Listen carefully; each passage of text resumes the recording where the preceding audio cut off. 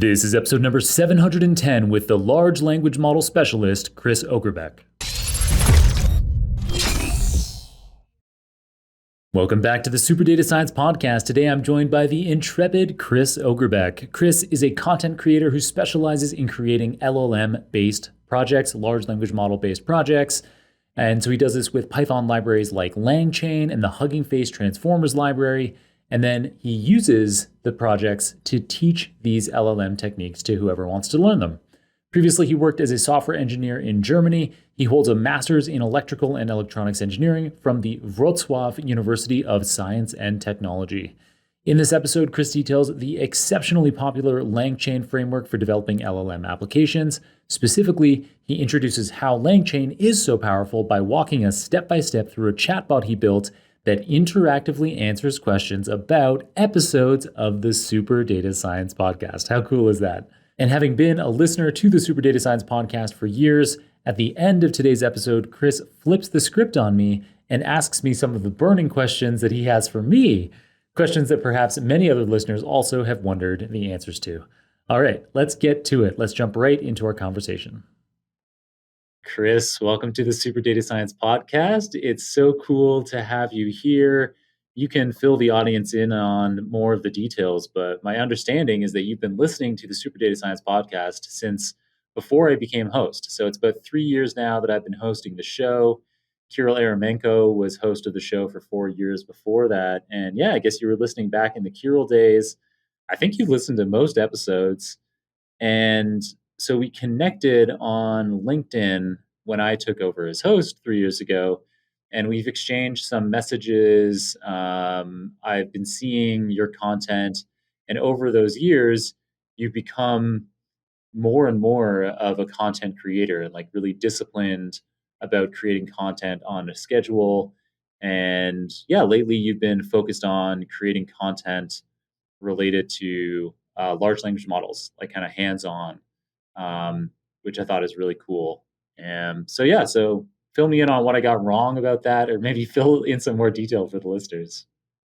You got nothing wrong. I've been creating content for years. I think I have started in 2021, but during that time, I really struggled to stick to one niche, and I've had like 10 different niches in that time. Mhm. But yeah, since May, I've been focusing on large language models, and this time I hope that's the last niche I ever have. I will ever Yeah. have. Yeah. Well, I guess Yeah, it can evolve, but yeah, you want to like kind of have that be because you've been talking about, you've had posts over the years kind of about habits in the brain, right? Like that was kind of yeah, like that was a focus for a while. And they're always so well written. It always shows up very high in my newsfeed because I always click to read more and I often react. So it shows up, and for our listeners, we'll be sure to include a link to Kris's LinkedIn in the show notes. And you can look back and you'll see that it's stretching back years. Every post is great quality. Like you have a real knack, Kris, for uh, clearly explaining something and turning it into something that's very digestible, especially in this, people kind of expect things in this fast-paced, easy-to-consume format in social media, and you do that very well while also conveying real information and often information that I haven't seen anywhere else. So I think you're doing a great job of it. thank you. And yeah, as you and I both know, it's about sticking to the process, and eventually, yeah, things just grow. You learn from iterating, and you get better and better as things go on. So yeah, super cool. Can't wait to see how that continues to evolve. This reminds me, as I'm having this conversation, I think you kind of recently posted, at the time of recording at least, you had recently posted about why LLMs in particular is your niche. So I remember you kind of had this like framework for like, it's that, you're passionate about it and you're able to, you have some expertise in this area. So do you know what post I'm talking about? Yes, I know which post you're talking about. And yeah, this comes from Naval, because he talks a lot about Naval Ravikant. yeah, Yeah. Naval Ravikant is one of those people who really, really influenced me as a creator. And he talks about having a specific knowledge, which is something that you specialize at, like something that you're probably the best in the world at. Because he also says, like, be the best in the world at what you do and keep redefining what you do until it becomes true. And it is very hard to have this specific knowledge at the beginning because it takes time. It takes a lot of time. And at the beginning, we are only copycats, I'd say, because when you start something new, especially because this field is so huge and actually hard to entry. I mean, you need to learn a lot at the beginning in order to build something on your own. And for me also, like, building is the best way of learning. So yeah, I basically have this natural curiosity to learn those things. Yeah. And I just believe, like, large language models or some sub niches of it can become my specific knowledge. Yeah. Yeah. Yeah. But first I need to do those repetitions. Yeah, and so you specifically in this post, and I'll try to remember to include it in the show notes specifically. But it basically it starts off with you saying how you're not interested in creating just like ChatGPT content. Like there's a lot of that out there. A lot of people are creating ChatGPT content. A lot of people are providing like prompt engineering guide PDFs or whatever, but you're like, there's a lot of people that can do that. But you have more unique skills. You can do more than just call. Well, I mean, you can call an API. You can do more than just type into a user interface and get prompts back from GPT-4. You love Python, LangChain, which we're going to talk about in this episode, focus on in this episode. The Hugging Yeah, Face Transformers library. Like these are, compared to the number of people in the world who can prompt GPT-4 in the ChatGPT interface, that's a relatively unique data set, or is a relatively unique skill set, I mean. yeah, And yeah, and then you're really curious about it. Open source LLMs, you're really excited about it, passionate about it. And so that makes it easy to be focused on this area. So yeah, so I think that this, building LLM powered projects, you being, developing that as something in which already you have some specialization in, but as you do it more and more and more, and as this field evolves more and more and more, eventually some years from now, you will be truly expert at it. Like yeah, you'll be, yeah. yeah, Like, either in a very deep niche, or like the combination of some niches, because there's like probably two ways of specializing. Either you combine your skill set into something useful, because, like, as a generalist, I've got many things I I enjoy doing and I know about. Like, I know more than the average person about, like, 20 different things. But the yeah, other challenge is to combine them into something valuable. And I believe yeah, that yeah. large language models is a field where you can really, really combine this prompt engineering and your domain knowledge and some other interests into something really valuable for others. For sure, no question. And yeah, I mean, I also have no doubts about your other point about just being knowledgeable about a lot of topics from covering your posts over the years. Yeah, you have tons of you're obviously doing tons of reading, have tons of content out there on lots of different interesting topics. Yeah, related to people kind of performing at their best or having their best habits, that kind of thing. Um, Awesome. So let's actually jump into the technical topic now for this episode. Now that the audience is kind of familiarized with you and your connection to the show. So, the immediate reason why I wanted to have you on the show was because you created this YouTube video. So it was published August 3rd. And so I'll have a link to that video in the show notes. It's on your personal YouTube channel, Kris Ograbek, and the video is called Chat with Your Favorite Podcast, the LangChain and GPT 3.5 guide to Q&A over documents. And so you can explain this project to us and uh, like kind of the main parts of the video, what's covered in it. Hmm. And hopefully at the same time, you can be explaining like what LangChain is. This is something that we talk about a lot on the show, but I haven't had an episode dedicated to it. So I think that this episode is perfect for that. Um, and yeah, so and the reason why this video particularly caught my attention of the videos that you've been creating is because the podcast, so I mean, it's all about creating a large language model tool for being able to chat with a podcast episode. And the podcast episode that you picked was a super data science episode. And it was the one with Harpreet Sahota as my guest recently, right? So it was episode 693, the YOLO NAS one, right? Yeah. Nice. Do you Yeah. know So all the numbers? no, I have a spreadsheet in front of me. Oh, okay. No. Yeah, no, I always got this spreadsheet in front of me. That's the secret, when Okay. I do those citations. And so I have to really quickly scramble because I'm like, I'm speaking it at the same time. I'm like, oh man, it Yeah. would be great to be able to cite this episode number. And so I'm quickly scrolling in my spreadsheet to find. It's easier. Recent episodes are typically easier because I don't Yeah. have to scroll back so far. Um, or yeah, quickly using the find function in the spreadsheet or something. So tell us about this. Tell us about LangChain. Tell us about just this project of using LangChain to be able to chat with a podcast. Kind of how the idea came about and how it all works.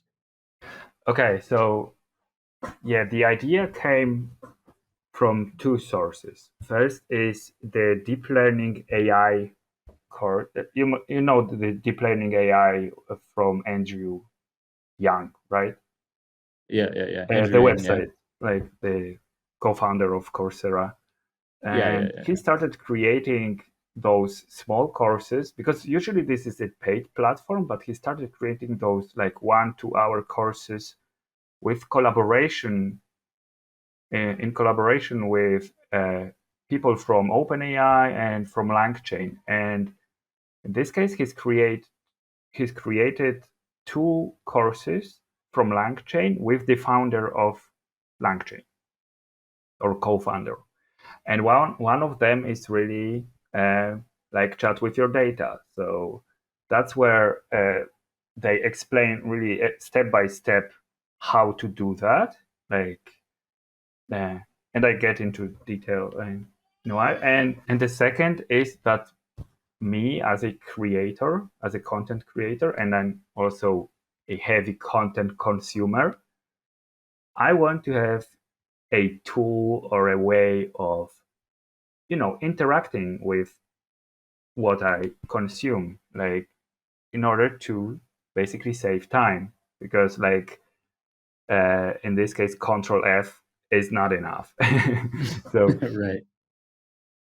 and that's so I basically follow the step from the course in order to create my own project with the data from your podcast. And I've experimented with some other solutions like having multiple episodes in one and then feeding the vector database with all of them. But for this video, I just decided to stick with a single podcast episode and test the results I get from it. Yeah. So basically, so the premise is so for every Super Data Science episode, our podcast manager, Ivana, she painstakingly goes through. So we use an automated tool to generate a transcript from the episode, but there's all kinds of things that it gets wrong because there's so many Mhm. technical terms in data science that aren't in its vocabulary. Ivana goes through and fixes all those things. And then, we have guests from all over the world. And so guests have different accents. So Yeah. sometimes like it doesn't do perfectly at transcribing people with accents and stuff. So she's like, so Ivana's told me, it's like, for a Tuesday episode, like those are often like over an hour long. And so she's like, it takes her like 2 or 3 hours to go through the transcript. But then if the person, if they have an accent, it can be like 4 hours, 5 hours of the time to like go through and kind of clean everything up. Um, but that kind of thing is getting better all the time. I wonder if like something like the OpenAI Whisper API, if we should be using that instead, because I think that's supposed to be really good with accents. Anyway, Do you know what's running behind YouTube? Auto-generated? Because I don't know offhand, but it's it's yeah, I pretty don't know. It's accurate. probably there. Yeah, yeah. I mean, Google's pretty good at machine learning stuff. Yeah, they've got even some models, right? Yeah, I think they have a few. It does actually. There, it is pretty interesting. That's something that you can do as well. Is you can get the transcript in any YouTube video. There's a way that you can view the transcript, Yeah, yeah, and yeah, so that's cool. But we also on the Super Data Science website. So for every episode, so everything related. When I say that you can get everything from the show notes, all the links that we mentioned in this episode, you can get it from the show notes. I say that all the time. What I mean specifically is that like, so this episode is number 710. So you go to superdatascience.com/710. And that'll take you to the show notes for the episode. And we have the transcript as well that yeah. Yvonne has gone through. And so we've got this big transcript. And yeah, so I don't know. What did you use? For your project, did you use the YouTube transcript or the Super Data Science one? I've used yours because I Oh, knew it yeah, was yeah. more accurate. So Yeah. yeah, it was Nice. also easier. So you grab the transcript from the episode that I did with Harpreet Yeah, recently, 693, and then so then you take that, and then what's the next step? You need to pre-process the data for LangChain, or how does that work? yeah. That's where the convenience of LangChain comes. Because like in the first step, when you want to chat with your data, in the end, you need to like load the data. The LangChain offers 80 plus loaders, Right. and they are for various types of inputs like PDFs, text files, databases like Wikipedia, Slack messages. You can think of anything, and they're well documented, like on their website, on the documentation, so you can find all the whole list of those loaders. And what's the biggest advantage of that? Like loading the data takes you 2 lines of code. Like you just import the loader and pass the source, like either the path to your file or a link to a website or anything, and it converts this data into standardized LangChain document, Mhm. which is already so you take any type of input, and as the output, you've got LangChain document. And from this point, Nice. like every step, it will be the same, regardless of the type of data you're choosing. Nice. Yeah. So one of the great advantages you're saying of LangChain is that regardless of what kind of data you have as an input, there's 80 plus of these different kinds of data loaders. So for example, for this one, you used the PDF of the Yeah, transcript from episode number 693. So there's this like Pi PDF loader that you exactly. use, and then boom, it's in there. Yeah, And then what? You need to like split up the document into like smaller chunks. yeah. And then you use the splitter, and it's also from LangChain, and LangChain offers like several types of splitters. But yeah, the one I've used was the recursive. I don't remember, it's like the longer name, but Yeah, recursive character recursive text. character text splitter. I'm looking at Yeah, your code. so it takes care of that you don't, because you split by characters. So let's say every 1,000 characters, but this one ensures that you don't just cut a word in half. Like it, Mm-hmm. like the separators are basically new lines or white spaces, and Right, then you've right. got this chunk and the chunk overlap, so that you actually, uh, let's say, you also don't want to cut a sentence in half when you finish the split. So you've got like 150 or 200 characters overlapped. So it means like the last sentence or two sentences will be the first sentences in the next split. But in Yeah, your yeah. case, it's splitted really equally, like every page into two chunks.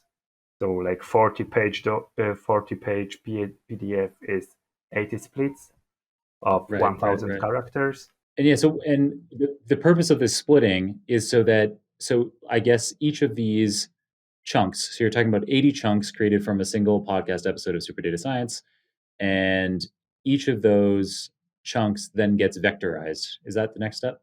Yeah, that will be the next step, like Nice, nice. doing vector embeddings and then feeding them, like having this vector database where you Perfect. store. Yeah, yeah, yeah. Yeah, we have like 80 vectors. So each one of these 80 chunks gets mapped into a different location in a high dimensional space so Yeah, that then when whatever question somebody asks, we map their question also into that same high dimensional space and we say, okay, what are the most nearby chunks because those are the chunks that are most likely going to contain the answer to their question or yeah. the next response to their chat prompt. How hard is it to understand how it works? Because I mean, I had this breakthrough moment, like when I went through that uh, LangChain course, that what's actually happening. And I think up until this point, I just knew like those vector embeddings and vector databases do the magic, but without actually understanding what's happening. Is it hard? Like, because you sometimes teach those things, right? Or not? Yeah, I mean, it's a lot easier to kind of explain visually. So I often do like something that's kind of easier to help people understand how these embeddings work.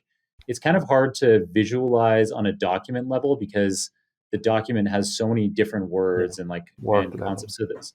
So like the location in this high dimensional space is like it's quite abstract because it represents like the meaning of everything in that chunk in that half page chunk that you're describing.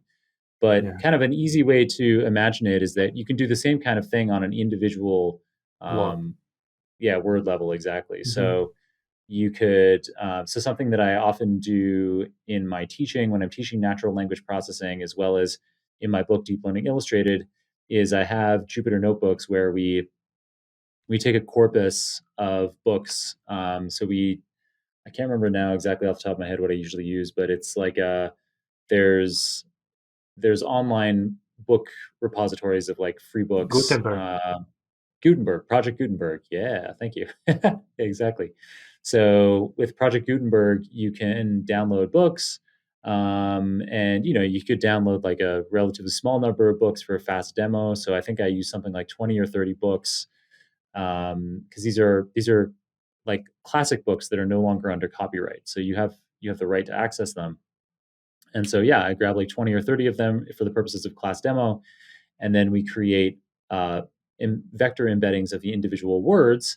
And again, yeah, this is something that I use a lot of visuals, and maybe it takes me like an hour or so to really explain in detail how this really works. But at a high level, um, through processes like there's this very popular algorithm now from Thomas Mikolov that's over 10 years old now, but called word to vec, Hmm. and it converts all of the words in your corpus in your body of of books. Corpus is just Latin for body. Hmm. So these 20 or 30 books, you create word vectors, and it's interesting with word vectors because the way that we're able to map them into a high dimensional space is proximity to other words because it turns this is something that we've known for about a century. So there's an Austrian philosopher, Wittgenstein, who had the philosophy of this idea already a century ago that um, a word tends to be the average of the words around it. And this is something that's kind of weird to imagine and when you only look at it like some small examples, it doesn't seem to be true. But when you do this over a very large number of words, it turns out that you can kind of predict what a word, not kind of predict, you can predict what a word is going to be based on the words to the right of it and to the left of it. Um, so using that kind of idea, you're able to convert words into this high dimensional space, and you decide how many dimensions there are. So for the purposes of being able to visualize this, it's kind of easy to imagine creating a three-dimensional space. Now that's not Hmm. practical. That doesn't have enough nuance to be Of useful course. really as a actual word vector or a document vector um, uh, embedding space.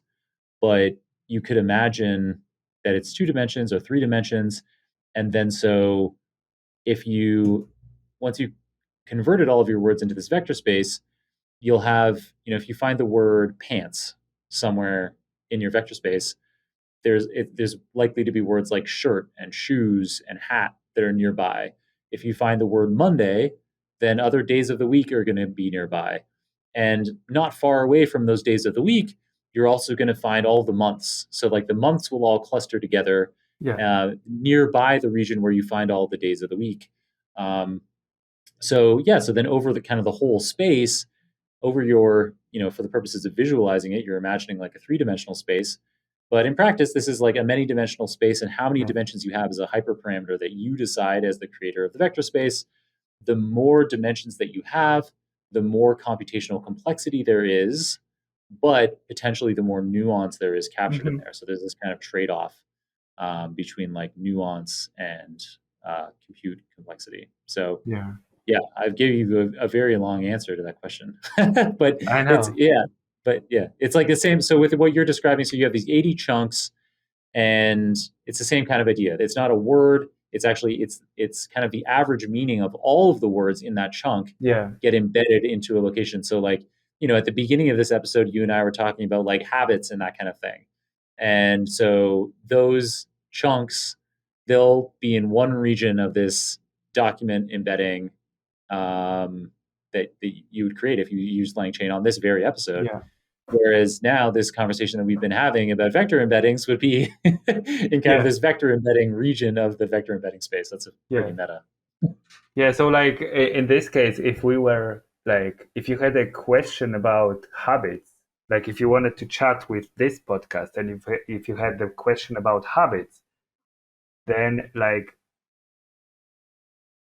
your query will be also embedded, and then it will find the most similar chunks, and they will be on the first pages of this transcript, unless I just confused the Yeah, now we're talking about habits in the context of embeddings, and we're really making it complex. But still, it should kind of work because then, we didn't talk about habits that much at the beginning, so maybe it brings out, so then and that context can be relevant. So, so then you could chat with this podcast transcript and be like, um, you know, what example did they use um, to describe embeddings and did they use habits? It could be a yeah, question, yeah, exactly. and then it'll find that region, that portion of this transcript, and then it can respond.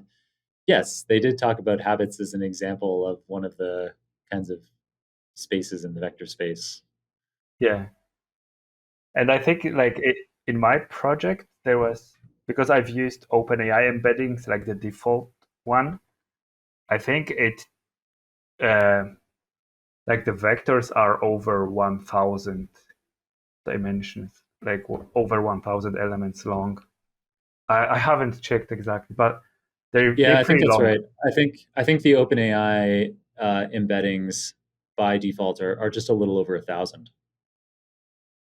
Yeah, from memory, I think Okay. that's correct. So you end up with this 1,000-dimensional space, Yeah. which probably for 80. this number of documents is probably overkill for for putting 80 documents into 1,000-dimensional space. But but yeah, I guess with the way that these embeddings work, you're going to get a lot of nuance. It's going to work very well, for sure. Yeah. Because there's like, I think many hyperparameters that I don't really know about. I mean, how to optimize them yet. Like really this split length. I just didn't know. I just said this 1000 or 1200. I don't remember uh, exactly right now.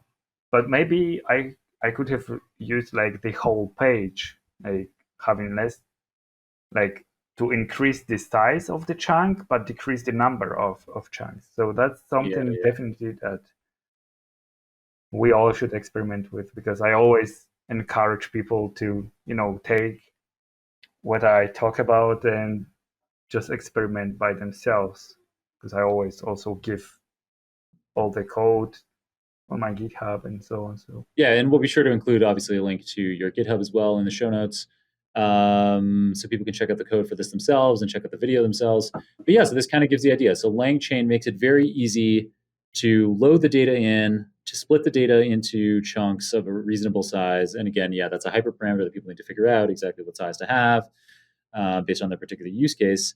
And then you convert each chunk into a vector embedding space, for example, with the OpenAI embeddings API, which is a great choice. only you have to pay. Oh, right, right, right. But I mean, yeah. I guess you would have to pay.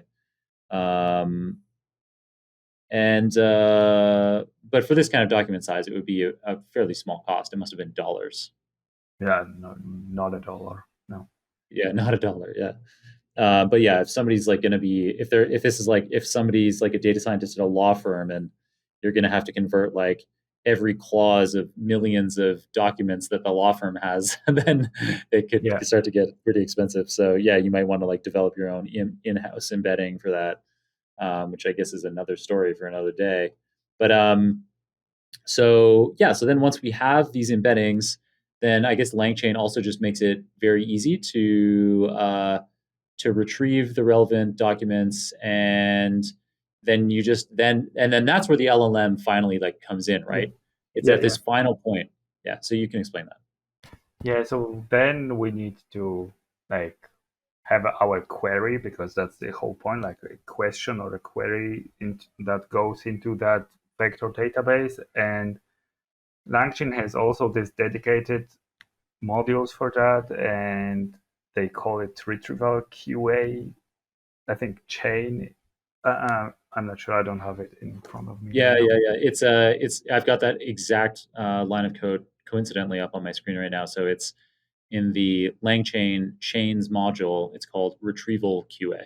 Yeah, Is the name of it. exactly. And that's where you like define you just, initialize it with some parameters where you just talk about I think you give the splits, the vector database you've created previously, and the prompt that you want to ask, that you want to use. And in this prompt, you basically inform your large language model uh, that you're giving him that you've got a question, and uh, please answer this question based on the context I'm going to provide you. And the context comes from the vector database, like from this similarity search, which is probably a huge topic itself. But like based on your query, you get the most similar splits, and the number of splits is also a parameter that you give. It can be 3, 4, 5, also something to test. Yeah, and in this retrieval QA, you also define the large language model you want to use, but LangChain works perfectly fine with OpenAI. So you can use GPT 3.5 or 4 if you've got access. Yeah, that's awesome. So very cool. And so yeah, so in this case, why did you? I know that you used in your video, you used GPT 3.5. Why did you choose to use that instead of GPT 4? Was it because it's faster and cheaper? I have waited for so long for the GPT-4 access, really. Oh, yeah. You don't have API access yet. That's Yeah, wild. Okay, so now I've got so it, but oh I yeah, haven't at the time. yeah. Oh, cool, man. Well, all right. So and then so this kind of approach, I imagine, based on everything you've told me, that this is extensible. We could theoretically do this over all of the super data science transcripts. We would have more chunks, so we'd have more points in our embedding space, but you could have a chat with all of the episodes of super data science. Yeah, but then the challenge is that if you want to aim at a particular episode, you probably can't, because like in the Mm. separate chunks you don't have really information.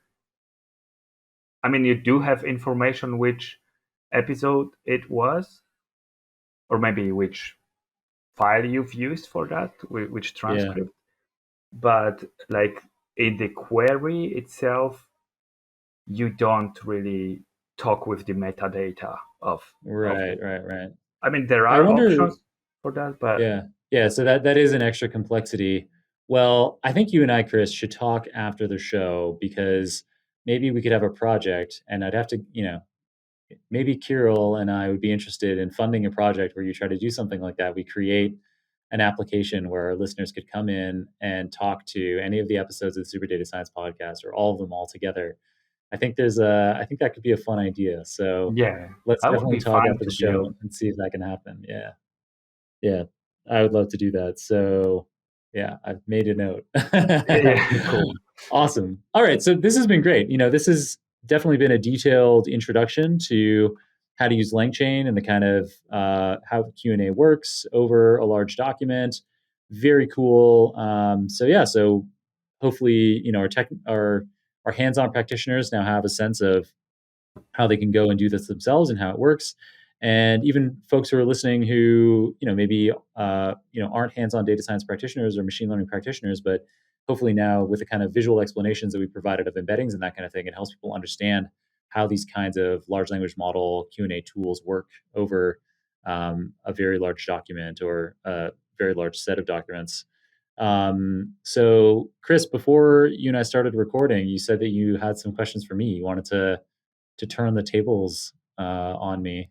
Having been listening to the show for so many years, you had Yeah, some sure. things you May, wanted to ask. may I have a small addition into what we talked about? Because I think Oh that yeah, for sure. for listeners who are not so, you know, who don't have so much experience with large language models, it's important to say why we even need vector embeddings. And I mean, just about like, mention a few words about the context length, because that's our bottleneck, right? Because we like GPT models like 3 and 4, they have pretty long context length for 4,000, 8,000 tokens, which is really decent. But if we've got like really many pages or like large data, we can't feed our large language models with that, because it exceeds the context length. And we can think of the context length as the memory of the of the model. So if we feed like 20,000 tokens, which is 15,000 words, I think, basically, like the chat GPT itself, it wouldn't allow it, and your large language model would basically forget what you talked about at the beginning. And that's why Yeah, we yeah, need yeah. to overcome this bottleneck with vector embeddings. So that's the smart way of like taking our data but feeding only the relevant data to the large language model. Yeah, exactly. Very well said. And I'm glad that you mentioned that. That was a key aspect that I glossed over. Yeah, like why do we need to be creating all these chunks anyway? Yeah, yeah. And this is why, because the bottleneck for this Q&A is whatever the context window is of the large language model. And so, yeah, I think with GPT-4 now, it's like an 8,000 subword token, which is probably something like 6,000 words. Mhm. Um, and it's interesting, like there are things now like Claude from Anthropic, it apparently has 100,000 token context window now, which Yeah. is, I mean, you could just put this whole transcript in, but there are also, I mean, I haven't experimented with context windows that large myself personally, but I think that there are still trade-offs. Like the attention over that entire 100,000 token window is not going to be as good necessarily as breaking it up into chunks and focusing on the most relevant parts specifically. Okay. Okay. I'm glad you said that, because I'm not privileged enough to use Claude 2. It's available only in the USA and UK. Yeah, I haven't. I mean, yeah. So full disclosure, I haven't used it yet either. But that's kind of yeah. I I wouldn't be surprised, and don't quote me on this, but I wouldn't be surprised if still breaking it into chunks and finding the most relevant chunks and providing smaller context windows or something like Claude 2 could lead to better results. But who knows? I could be wrong. Um, so yeah. So do you want to do those questions for me now, Chris? We covered Yeah, all the key technical items for this episode. let's start with the podcast itself, okay? I Okay. mean, because we, usually when you start something, like myself, I'm a small creator because I've, like I said, I've changed my niches so many times. I've got 50 subscribers on YouTube, so I'm really, if I create bad quality content, nobody sees it. Like my videos have 100 views. And usually you need those repetitions, those iterations to become good at something. And people start noticing you only when you're already good. And then they call you the overnight success or something. You know what I mean? But you had like, you've taken over a very, very popular podcast. So it means you had no chance to be bad because, I mean, you had to be Yeah. great from the start. How Yeah. Yeah. how was I, it? Yeah, so there was certainly I guess I had some butterflies, especially the first few times. But so the reason why Kirill asked me to be host of the Super Data Science podcast was because I had piloted my own show, which was called the Artificial Neural Network News Network, A4N. And I'll include a link to that in the show notes for people who are curious for kind of like historical reasons. And so we created A4N um, in February 2020. The first episode was recorded in February 2020. And the idea for the show was that it was like a newsroom. So I was the anchor of the show, and my colleagues, the data scientists that I worked with, whom I still work with today, all these years later, they so I had three of the data scientists from my team. We're all sitting, the four of us, around a big table, and we were talking about the news, and it was deliberately cheesy. Like it was like kind of supposed to be like an '80s newsroom, cheesy music, and we'd have like our headline story, and then I'd say, "All right, and now over to Andrew with sports," and Andrew would talk about this cheating story in a Kaggle competition, and then I'd go, "All right, over to Vince with weather," and Vince would talk about how climate change is being tackled with machine learning. Okay. So this kind of thing. And I really loved that format. But then in March 2020, the pandemic hit in New York, and so we were supposed to record an episode. The second episode was supposed to be the four of us again in person doing the newsroom thing. But then we were going to have a special guest of Ben Taylor, now goes by Jepson Taylor, and with the pandemic hitting, Ben's wife was like, "No, you're not allowed to fly to New York. Well, there's a global pandemic and film this episode." And then eventually, like, no one even wanted to come into the office and Hmm. record this episode in person. So we went to like this more standard podcast interview format, like you and I are doing right now. And yeah, and so Ben was our second, on in the second episode of the show, Ben was our first kind of guest host, and we did 5 episodes in total. And on one of those episodes, Kirill Eremenko was the guest. So Okay. Kirill had asked me to be on the Super Data Science podcast around that same time. So I'd had my book Deep Learning Illustrated had recently come out. So Kirill reached out to me and said, "Hey, I know about your book.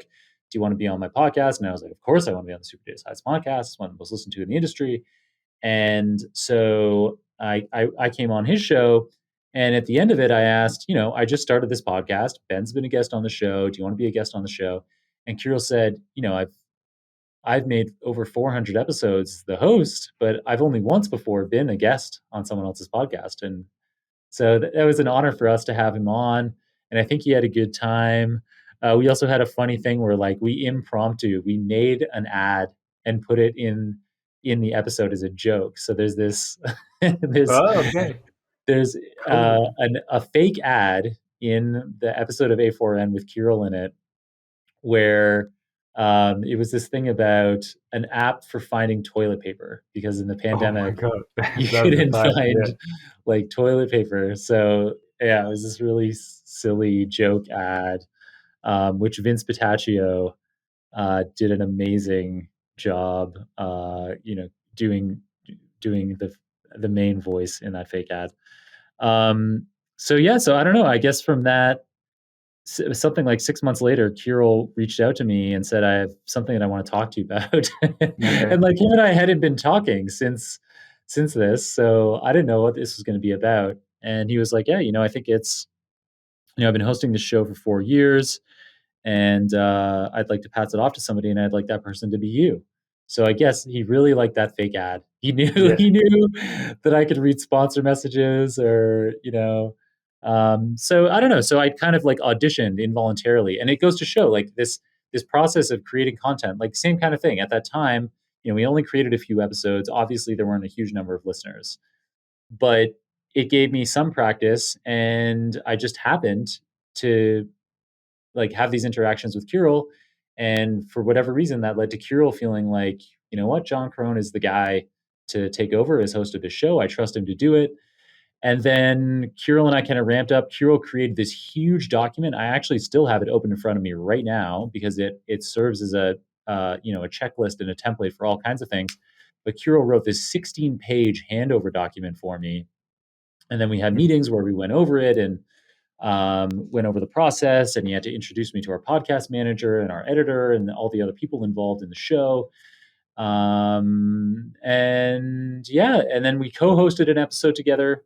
So there's an episode with Shafri Bahar, which I'm quickly looking up in my spreadsheet. So episode number 427, Kirill and I co-hosted it together. And then from then on, I started just hosting it on my own. And the first guest that I ever had on my own at Ben. the Super Data Science podcast was Ben Taylor. Yeah. Ben. Yeah, Again, yeah. I and that was listened to this one. yeah, that was a coincidence. Like Kirill suggested, he was like, who'd be great for your first episode, be a really easy guest? Ben Taylor. And I was like, that was my first guest on my own show. It's crazy. Yeah. Yeah, I love Ben. He's been on so many episodes of the show now. Anyway, so that was a very long-winded answer to your question. Hopefully some audience members and maybe even you, Kris, found that kind of that context interesting. Yeah, I like the context. I love it because, of course, probably nobody heard about this story. But how did you handle the pressure? Because because you Yeah. were because we were clearly being compared to Kirill, and you know that his podcast was so successful, Yeah. and you didn't have really too much room for mistakes. Yeah, I mean, well, we did lose some audience members definitely left. So, there was something like a 30% dip in audience when I took over as host. So some people, I obviously wasn't what they were looking for. Kirill, he's an amazing personality, obviously has a distinctive style that is different from Yeah, mine. I listened to a bunch of his episodes before I became host, but it doesn't make sense for me to pretend to be Kirill and try to be of like Kirill. course. I've got to kind of be Yeah, myself. And so that means that some people left because I wasn't exactly their cup of tea. But then, by kind of the second quarter of me hosting, we were kind of back to Kirill's level, and through things, through his guidance, because him and I still meet regularly, and we figure out how to be adapting the show. He's constantly giving me advice.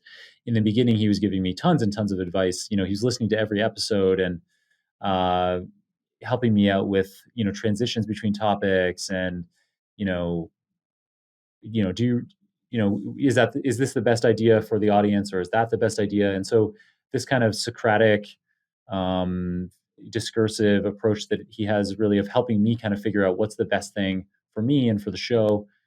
So yeah, I really had to hit the ground running. I I suspect that now, several hundred episodes later, I hope that I'm doing a better job than I was in the beginning. But yeah, definitely. Yeah.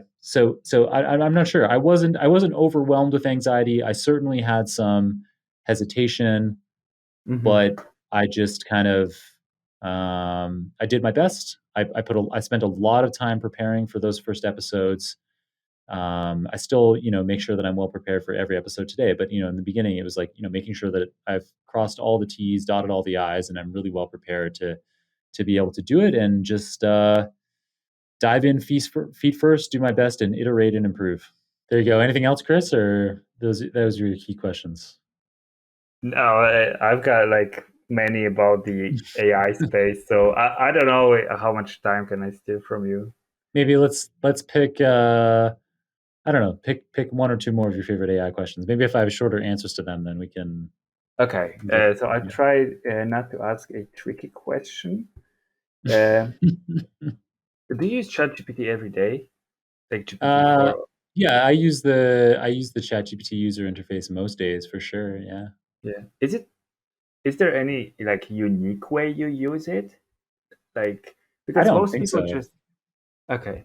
I'm mostly, I'm constantly blown away by the things that it can do well.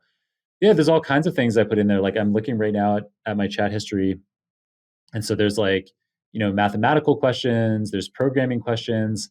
I recently, at the time of us recording this episode, I have just recorded uh, the episode from last week, last Friday's episode, where I do a tour of the ChatGPT code interpreter, and Oh, okay. it's like, as I was creating that episode, I hadn't used the code interpreter much before. I'd been relying on some of the I'd been using GPT-4, the standard model, to be providing me with a lot of help on coding in the past. Um, and it does an incredible job. Like it's absolutely mind blowing for me, Hmm. the things that it does and how accurate it is. And then this code interpreter just takes it to the next level because you're executing the Python code right there in the ChatGPT browser. You're uploading files, it's creating machine learning models for you and running them and coming up with strategies. Like that's wild. It's such, I mean, it's it's it's like magic. We now have, as data scientists, we have, and people in general, with these kinds of tools, these state of the art LLMs, we are supercharged, superpowered. It makes everything so easy.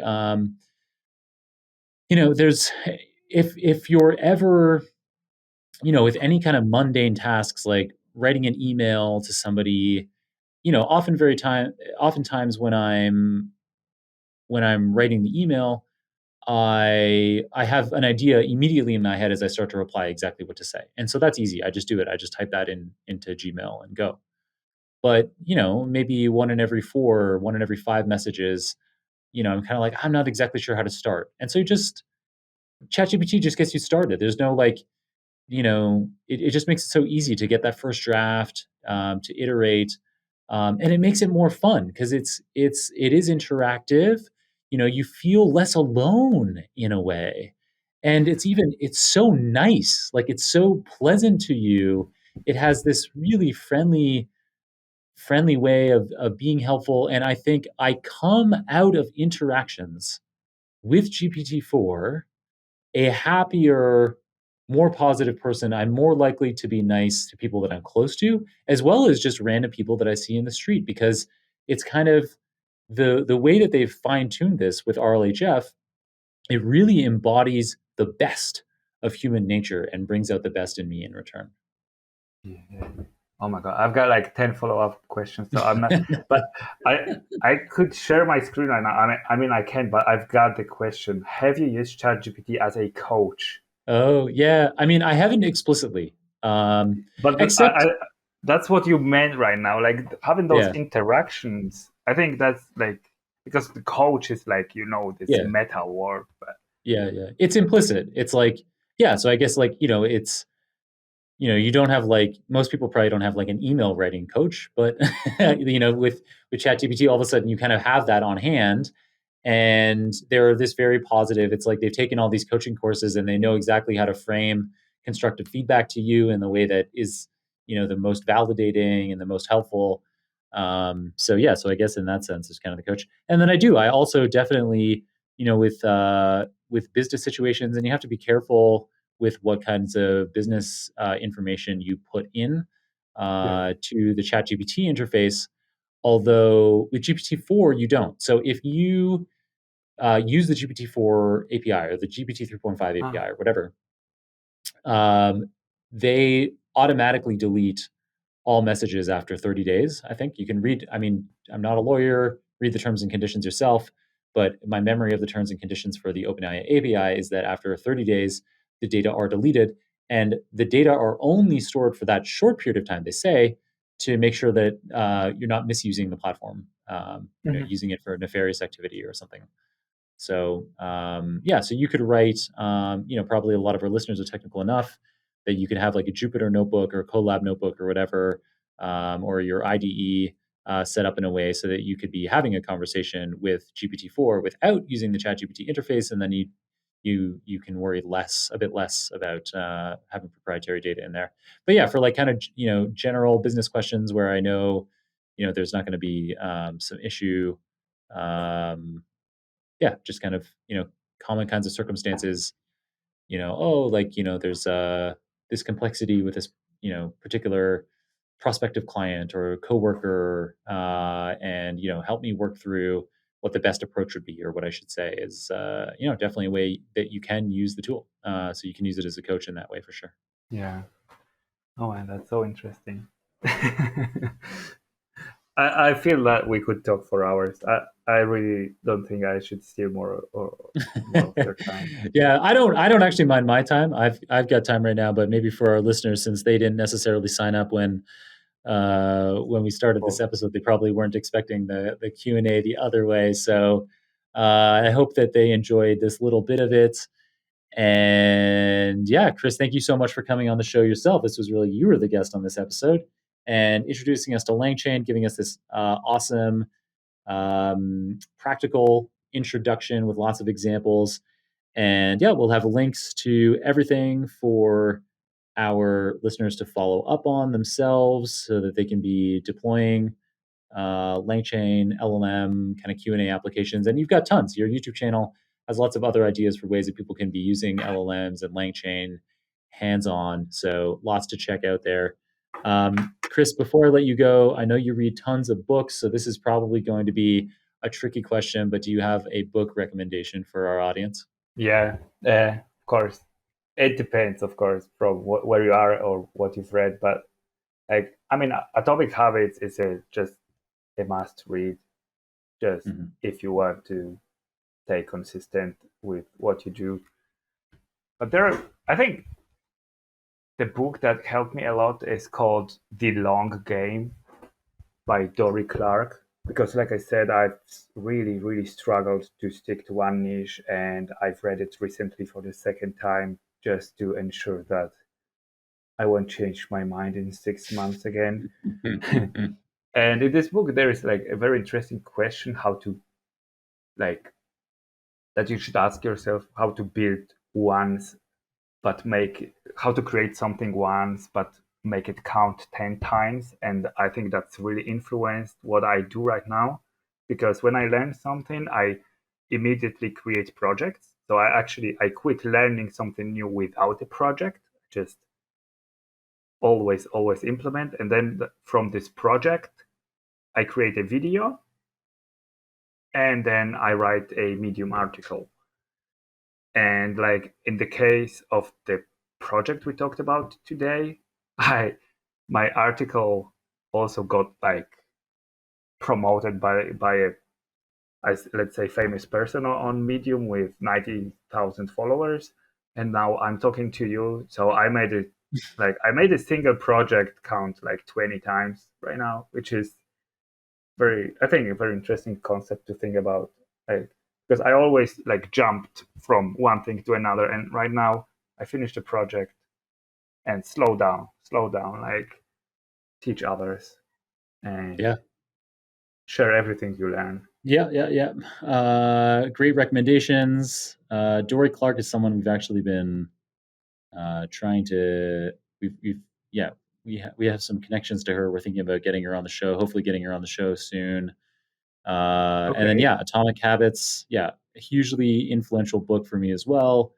And I'd been following James Clear's blog for years before he wrote Atomic Habits.